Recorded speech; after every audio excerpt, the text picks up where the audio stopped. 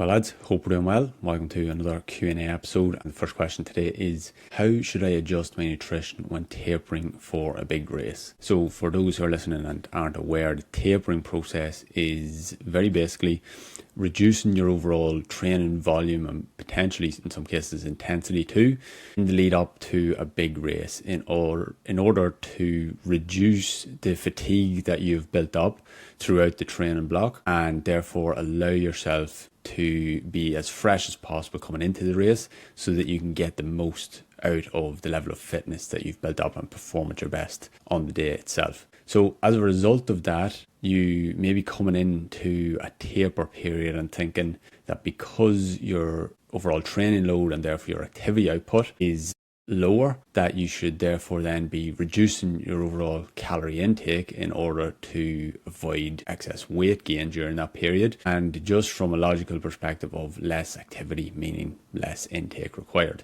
On the other side of that, you probably are also aware of the importance of fueling properly, especially coming up to a big event. So you have the idea then that actually should you be increasing your intake during that period leading up to the day itself. So it's a fine balance to be had, and it's not one or the other. In fact, both are true.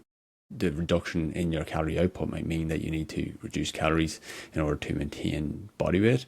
But on the other end, fueling coming up to the big day is an important factor as well. So how do we balance those things? Generally, it can end up being the case that both these factors almost even out to the point where your calorie intake in the weeks leading up to that taper period should probably stay somewhere in around the same on the last few weeks leading up to the event. Now, this will change depending on number one, how drastic the taper is. You know, are you going from 100 kilometers per week down to 50 or lower per week? Or are you going from like 40 kilometers down to 30, for example? There's a much bigger reduction in calorie output in the first case, and therefore they might require a calorie decrease in terms of intake in that case versus someone who just goes from 40 kilometers per week, for example, down to 30 kilometers per week, where there's not such a drastic decrease, and therefore the calorie outputs are going to be roughly the same, if not slightly lower, but offset by the benefits of having more fuel in the system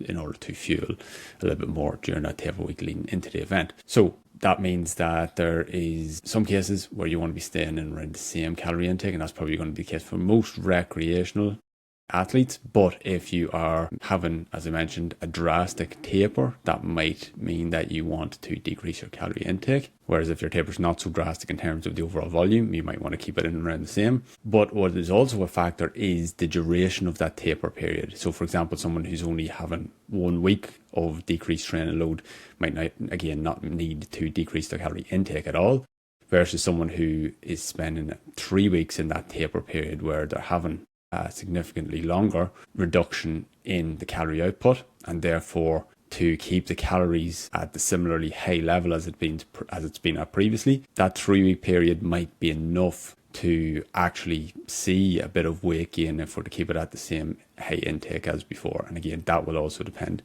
on how drastic the taper is in terms of the volume that's been decreased by. In terms of everything else then, we want to look at keeping the protein the same as it's always been, around that 2 grams per kilogram of body weight per day, and potentially adjusting the carbohydrates and fats, the ratio of those two things, towards the carbohydrate side of things. But the likelihood is you're already doing so if you're following good performance nutrition during the training block itself. But if not, it could be something worth considering and pushing carbs higher, and as a result decreasing the fat intake as you get closer to race day itself. Outside of that, as usual, we want to be focusing on good food quality, having plenty of fruits and vegetables and other fiber sources, as well as keeping what you would generally consider less healthy food to a limited amount. Doesn't mean we have to cut it out altogether, and there are some cases in which things that could usually be considered unhealthy might actually be useful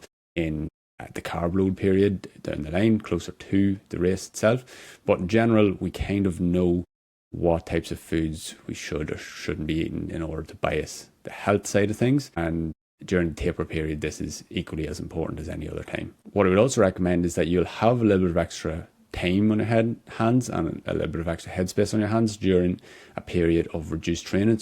Especially coming up to a big race, that could be a good time for you to start prepping for your race day nutrition and your other logistics of race day outside of that, and using that time to also practice those things, whether that is practicing your during the run nutrition or your clothing requirements and what you're going to be wearing on the day, or any other elements that will require you to be prepared for race day itself. The extra time and headspace that you have during the taper period could be used effectively for that. And then a little bit closer to the race itself, we can then look at carb loading, which is a period of somewhere around 1 to 3 days of increasing the carbohydrates.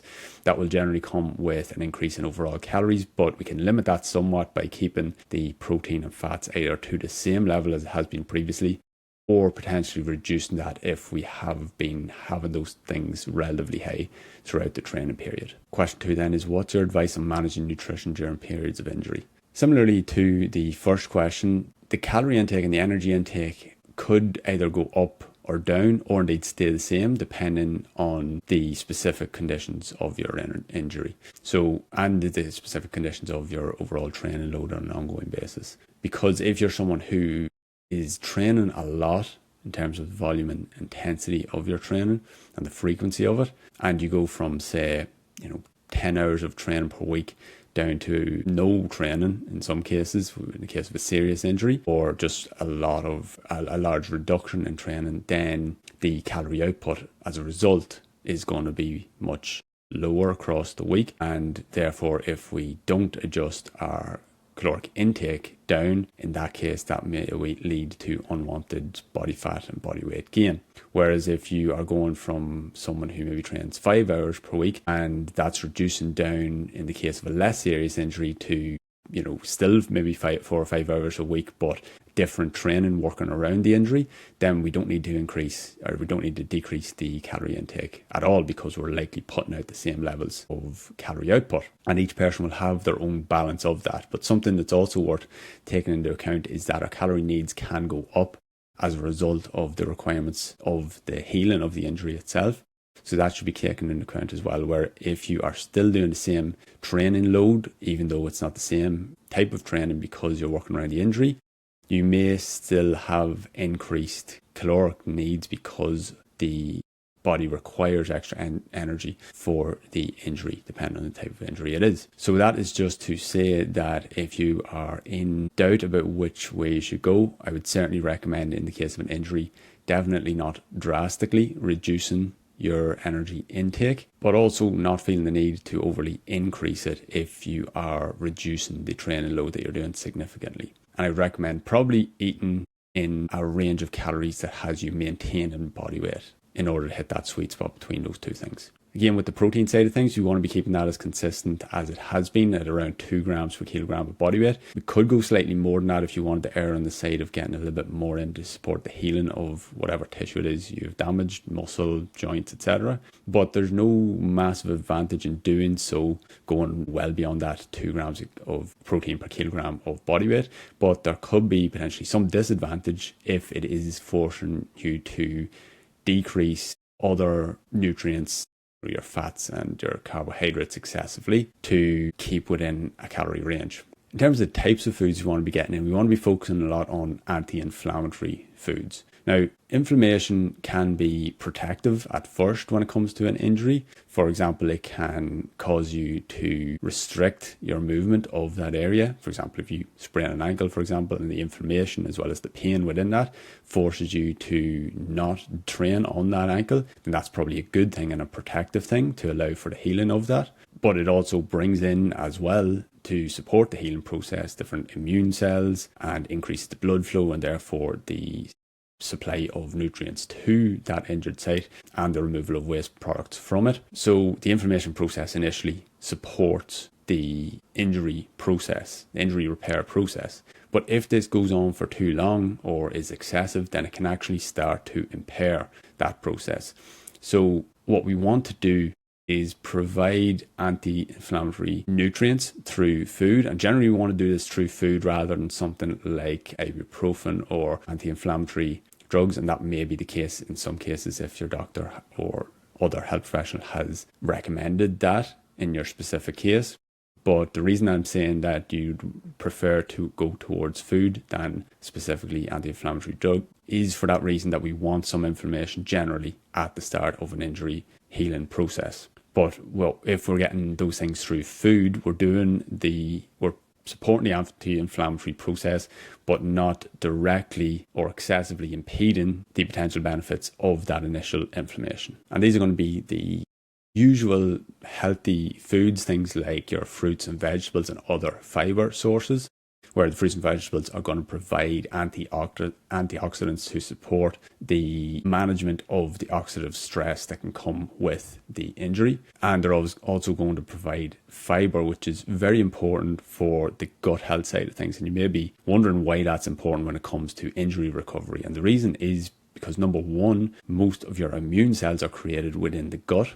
And fiber will support the production of the short-chain fatty acids that can be involved in that, which also will support the anti-inflammatory process. But not only that, it will also reduce the risk of any infection in the area of injury, particularly if that's something that is a risk with the specific injury that you have. For example, if the skin is being pierced. It can be also beneficial to have some omega-3 fatty acids in there, which manage inflammation. As I mentioned, they aren't things that will necessarily reduce the inflammation that is beneficial at the start of the injury healing process, but it will mediate the inflammation in such a way that when it makes sense to do so, that will be reduced so that the inflammation that's beneficial at the start isn't then going on for so long or to such an extent that is actually ended up impeding the recovery process. There are other certain specific micronutrients that you might want to consider, things like your vitamin C, which are involved within collagen synthesis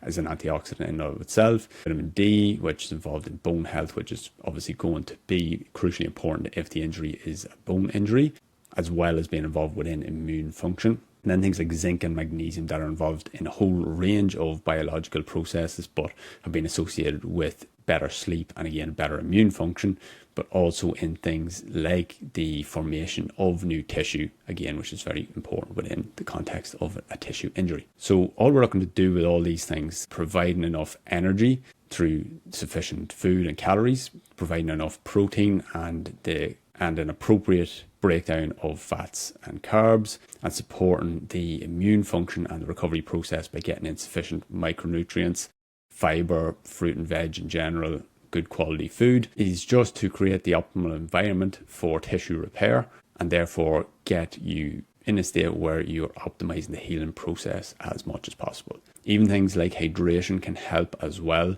where we want to be allowing for optimal blood flow again so that we can support the removal of waste products from the injured site and the supply of nutrients to the injured site. And maybe we'll consider supplementation as well, particularly if you are unable or feel unable to get in the nutrients you mentioned previously through food alone.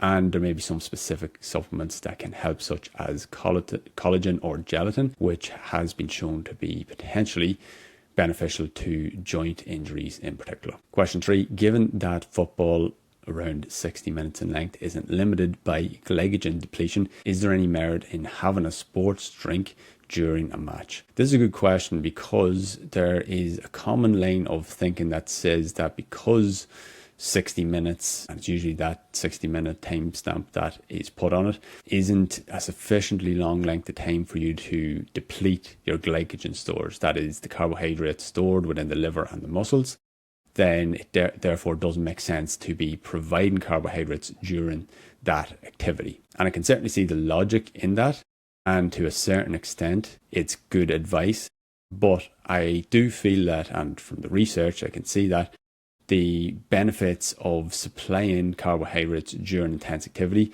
go beyond simply avoiding the depletion of glycogen, because when we've gotten to the point of depleting glycogen, that's a point where we see a drastic drop off in performance. But just because we're not seeing that drastic drop off in performance before glycogen depletion occurs doesn't mean that we're not seeing a downturn in performance before that point occurs, and also doesn't mean that we could have, or that we couldn't have, had benefits above and beyond baseline by consuming extra carbohydrates. So the main benefit of consuming carbohydrates in general during high intensity activity is that we can supply the glucose needed for that activity, or at least to some extent can supply the glucose needed for that activity through that carbohydrate consumption ongoing. And what that allows us to do is spare some of the stored glycogen in the liver and in the muscles, so that that isn't being used up as quickly and therefore remains at high levels, or at least at higher levels than it otherwise would have had we not supplied that glucose during the activity. And in theory, we know that higher levels of glycogen within the muscles and within the liver can allow for higher outputs and for more sustained outputs over time. So by supplying some glucose during the activity, we can spare some of that liver and muscle glycogen. And especially towards the end of an activity that is lasting in and around an hour or even slightly over, it can be very beneficial to have that muscle and liver glycogen remain relatively high. We also have the factor that including carbohydrates within a drink can improve the absorption of the fluid and the rate at which it's absorbed, and therefore can aid in hydration, which is obviously very important to overall athletic performance and is independent of the supply of fuel from the carbohydrates itself. There's also the idea that carbohydrates can decrease the perceived exertion of a certain activity, and this isn't just because of the fuel that it's supplying. And we know this because even when studies have assessed whether a mouth rinsing carbohydrate protocol had a performance benefit, they found that it did, even if the person or the athletes didn't end up swallowing the drink itself. So that tells us that there's something else going on, where when the body senses that carbohydrate is being consumed, even if it's not ending up being consumed, it can upregulate its ability to sustain high intensity exercise. So that tells us that even outside of the fueling side of things from carbohydrates, there is another mechanism by which it can still improve performance. So it could therefore still be worth having carbohydrates supplied throughout the exercise session itself. Thanks for listening. If you'd like more free resources or info about my performance nutrition coaching program, hit the link in the podcast description.